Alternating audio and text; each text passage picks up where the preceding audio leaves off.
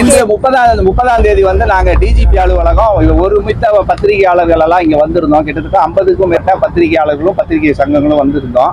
முக்கியமா என்னன்னா, இந்த சமீபத்துல வந்து இந்த போலீஸ் அறிக்கையில வந்து என்னன்னா, இந்த ஸ்டிக்கர் ஒட்டக்கூடாது, பத்திரிகையாளர்களை அடையாளப்படுத்தப்பட்ட ஸ்டிக்கர் எல்லாம் ஒட்டக்கூடாதுன்னு ஒரு அறிக்கை வந்திருந்தது. அதை வந்து நாங்க மறுத்து, அது வந்து தேவையற்ற அறிக்கைங்கிறதுக்காக அது மறுப்பு தெரிவித்து ஒரு மனு கொடுக்க வந்து டிஜிபி அலுவலகம் வந்திருந்தோம். எங்களுடைய மனுவை வந்து டிஜிபி அவர்கள் வந்து நேரடியாக வாங்கலை.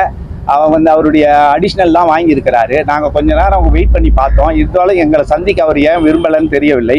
இது எப்படி இருக்குன்னா, ஜனநாயக படுகொலையாக தான் நாங்கள் பார்க்குறோம். ஒரு பத்திரிகையாளருக்கு வந்து உரிமையை தன்னை அடையாளப்படுத்தி காட்டிக்கொள்வது தான். அப்படி இருக்கும்போது பத்திரிகையாளர் வந்து ஒரு அடையாளப்படுத்தப்பட்ட ஸ்டிக்கரை ஒட்டக்கூடாதுன்னு சொல்கிறது ஜனநாயகத்துக்கு விரோதமான செயல்னு நாங்கள் கருதுகிறோம்.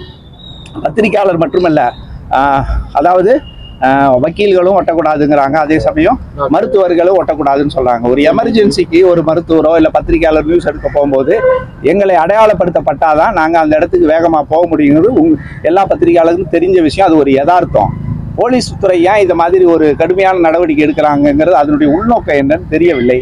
அவங்க போலீஸ் துறை வந்து ஒரு சப்போஸ் இந்த மாதிரி ஒரு முரண்பாடான ஒரு பத்திரிகையாளர் செயல்பாடு இருக்குது ஆய்வு பண்ணணும் அப்படின்னா அவங்களுக்கு எல்லா வித உரிமையும் இருக்குது. வரக்கூடிய வாகனங்களை பரிசோதிக்கலாம், அவங்க அடையாள அட்டையை பரிசோதிக்கலாம். அந்த அமைப்போ பத்திரிகையாளரோ சரியான இடத்துல தான் இருக்கிறாங்களா ஆய்வு செய்யலாம், அவங்க மேலே நடவடிக்கை எடுக்கலாம்.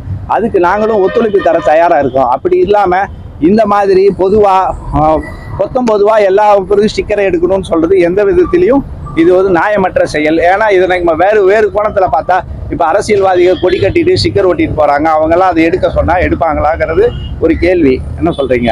எல்லா அரசியல்வாதிகளும் அவங்கவுங்க கார்லேயும் பைக்லேயும் அவங்களுடைய தலைவர்கள் ஃபோட்டோவையும் ஸ்டிக்கரையும் ஒட்டிட்டு தான் போயிட்டு இருக்காங்க, அடையாளப்படுத்திட்டு. அதையும் எடுக்க சொல்லுங்க. என்ன சொல்லுங்க? பொதுவான இந்த பத்திரிகையாளர்களை பற்றி மட்டும் அரசு ஏன் திரும்ப இந்த மாதிரி நசுக்கிறாங்கங்கிறது புரியவில்லை.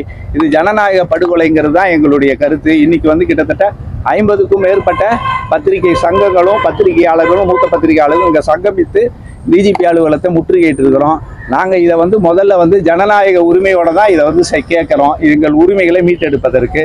இது மறுக்கப்படும் காலகட்டத்தில் இதை போராட்டமாக அடுத்த கட்டமாக நாங்கள் போராட்டமாக இதை வந்து இறங்க வேண்டிய சூழ்நிலை எடுக்கப்படும். சட்டப்படி நாங்கள் போராட்டத்தை நடத்தி எங்களுடைய உரிமைகளை மீட்டெடுப்போம் என்று இந்த இடத்தில் பதிவிடுகிறேன். நன்றி. ஆல்ரெடி தமிழக அதாவது அக்ரெடிடேஷன் பல முறை நம்ம வலியுறுத்தி இருக்கிறோம். அக்ரெடிடேஷன் கார்டு வச்சுற ஒரு பத்திரிகையில வந்து 3 பேர் மட்டுமா பத்திரிகையால வேலை செய்ய முடியும்? அதுவே தவறான கோட்பாடு தான். ஒரு பத்திரிகை துறை இதை தமிழ்நாடு ஃபுல்லா பத்திரிகை சப்ளை பண்ணிட்டு இருக்கும்போது 3 அக்ரெடிடேஷன் கார்டு கொடுத்தா அது போதுமானதா இருக்குமா? அதுவே தவறான செயல்பாடு தான். அதையும் நாங்கள் வலியுறுத்தி நிறைய தடவை பத்திரிகை துறைக்கு நாங்கள் வந்து மனு கொடுத்துருக்கோம். அதுவும் இந்த போராட்டத்தோட தொடர்ந்து நாங்கள் இதை வலியுறுத்துவோங்கிறது இங்கே உறுதி செய்கிறோம். ஐயா வந்து காலையில் வந்து டிஜிபி பார்க்கறதுக்கு அனுமதி விட்டு தான் உள்ள போனோம். ஏற்கனவே நாங்கள் ஒரு 10-15 பேருக்கு அனுமதி கேட்டிருந்தோம். அவங்க 3 பேர் தான் கட்டாயமாக 3 பேரை தான் விடுவோம்னு சொன்னாங்க. அப்படியே 3 பேரை விட்டுருந்தாலும் அவர் எங்களை நேரடியாக பார்த்துருக்கணும். பட் அடிஷ்னலை வச்சு பார்த்து மனுவை வாங்கியிருக்காங்க. அதுக்கு நாங்கள் அந்த மனுவை போஸ்டர்லேயே அனுப்பியிருப்போமே, இங்கே நேரடியாக வர வேண்டிய அவசியம் இல்லை. அதுவும் இங்கே பெரிய வருத்தமான செயலாக தான் நாங்கள் பார்க்குறோம்.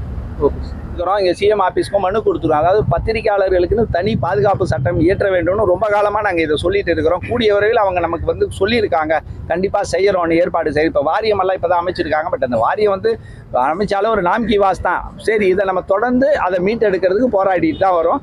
பத்திரிகையாளர்களுக்கு தனி பாதுகாப்பு சட்டம் இயற்ற வேண்டும் நம்மளுடைய போராட்டம் அது தொடர்ந்து இருக்குங்கிறதையும் நம்ம சொல்லிடுறோம்.